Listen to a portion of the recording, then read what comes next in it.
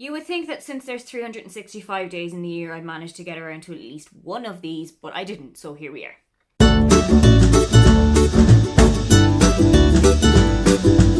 Hi, welcome, come on in. My name is Aoife and today I'm going to talk to you about the books that came onto my radar in 2021 but haven't actually come off my TBR shelf.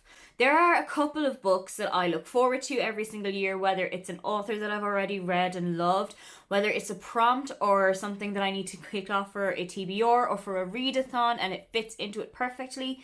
These are all books that came out in 2021, but for some reason or another, I never actually got around to them. The first one that is on this list is a genuine surprise to me because any of her books that have come out before, I've read them pretty much within 3 months of them coming out, or I have had a copy of them to review.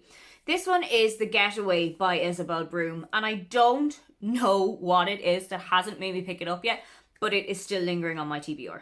That might not actually be such a bad thing this time though, because I'm planning a getaway for my birthday this year, and I would love for that to be Croatia.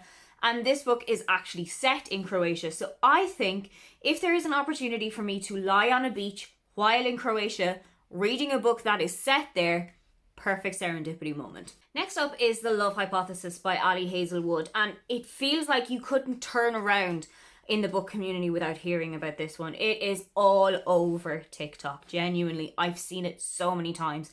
I did buy into the hype. So much so it appears that not only do I have a physical copy of this book, I also actually have a copy of it on my Kindle, having completely forgotten that I had bought a physical copy and went and bought an ebook as well. This one has kind of a hate to love trope. It's set in a university. One of the characters is studying for a PhD and one of them is a professor. And I kind of like that power imbalance when it's done really well. And I am genuinely really excited to see what I think about this one. There are so many people in my circle that I know who have read and loved it, and I cannot wait to see how I think of it too. Next on the list is Malibu Rising by Taylor Jenkins Reid, and I have read 2 books of Taylor's already and absolutely loved both of them. I will admit to having loved Evelyn Hugo a little bit more than Daisy Jones and the Six, but that hasn't put me off reading any of her other books, evidenced by the fact that if I ever see a Taylor Jenkins Reid book in a 99p Kindle sale, I don't even ask questions, I just go for it. I have a copy of this one on my physical shelf. It was given to me as a gift for my birthday. And I also have a NetGalley review copy lying on my Kindle. So there is genuinely no excuse. I have so much access to this book. I just haven't gotten around to reading it yet. As far as I understand, this book is about a fire that has affected a family in California. And one of the members of this family appears in The Seven Husbands of Evelyn Hugo. And I absolutely adore books that are all set in the same universe. I love books where characters will reappear or places that you've been to in a previous book also appear in a second book. I love that kind of tie-in and I really can't wait to see how well it's done here. Next on the list is The X Talk by Rachel Lynn Solomon. And I don't really remember how I heard about this book for the first time, but it must have been towards the start of 2021 because I have got it listed on Goodreads to read since about February of last year. When I was in college, I was really heavily involved in the university's radio station. I did a lot of radio shows. I did a lot of reading news bulletins. I was involved in their kind of current affairs show. So knowing that this book is set in a radio station is a really big pull factor for me. Also knowing that it's about 2 exes who have to appear civil with each other while they're presenting this kind of dating talk show on a local radio station. I'm so in for this. Next on the list is Hani and Ishtu's Guide to Not Dating by Adiba Jagidar, and she has been taking the world by storm.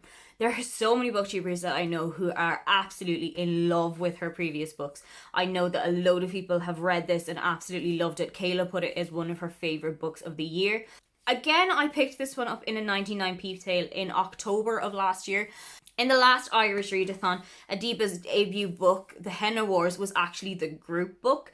If they decide to do that again with one of Adiba's books, I'm ready to settle in. But if they don't and they go down a different route, I'm still going to try and fit it into one of the prompts. Next is Reputation by Lex Croucher, and I remember hearing about this one in one of Lena Norm's books. I think she is friends with Lex Croucher, the author, and the concept of it just stood out to me so much. It has kind of Gossip Girl meets Mean Girls meets Bridgerton vibes, and I am not a big reader of historical romance. I love romance books, but I've never really dipped my toes into historical romance. I have got a kind of a feeling that if I go for this one, it'll be a really good introduction to the genre for me, because it kind of follows something that I'm somewhat familiar with, in that it's somewhat like Mean Girls, but also that there is a romance plot heavily twisted into this one. I also gifted a copy of this to Charlotte from Coiny Reads for Christmas, and I'm just going to put it out there that if she wants to do a buddy read of this book, I am not going to say no to that. Next on the list is The Soulmate by Christina Lauren, and this appeared in one of my most anticipated books for 2021 videos, which would make you think that I would go and pick it up as soon as I got my hands on a copy. I didn't. Christina Lauren and I have had a kind of a tumultuous relationship. I did read one of their books last year. I read Josh and Hazel's Guide to Not Dating in maybe February or March, and I got a little bit burnt by the ending. I didn't love how that book ended out, but I loved the rest of it. As usual, they have got some really great steamy scenes. They've got some great characterization. I think I was a little bit too burned by that to go into one of their newer books, but I am definitely going to go into it because the concept of it really does stand out to me. In this book, you follow Jess, who kind of signs up to beta test a new dating app where you are matched with somebody based on how compatible you are by your DNA.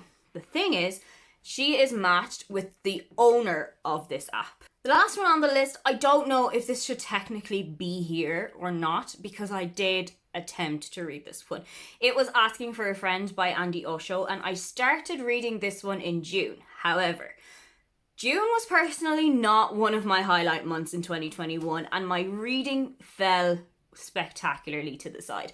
I think in May, June and July I read about 12 books in total.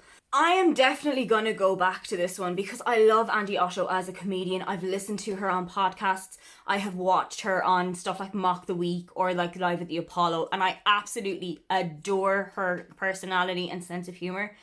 I know that this is going to shine through in the book. I know that the book is about dating around, about being in long-term relationships, about long-term relationships falling apart, and three friends who are all going through the motions in their 20s, 30s and 40s. It might have been a little bit of a sore spot for me back then, but having gone a little bit further down that journey, I am a little bit better prepared for reading a book like that than I would have been back when I first picked it up. And I think it's time to go back to it. Those are some of the books that came out in 2021 that I had my eye on but never actually got to take off my TBR.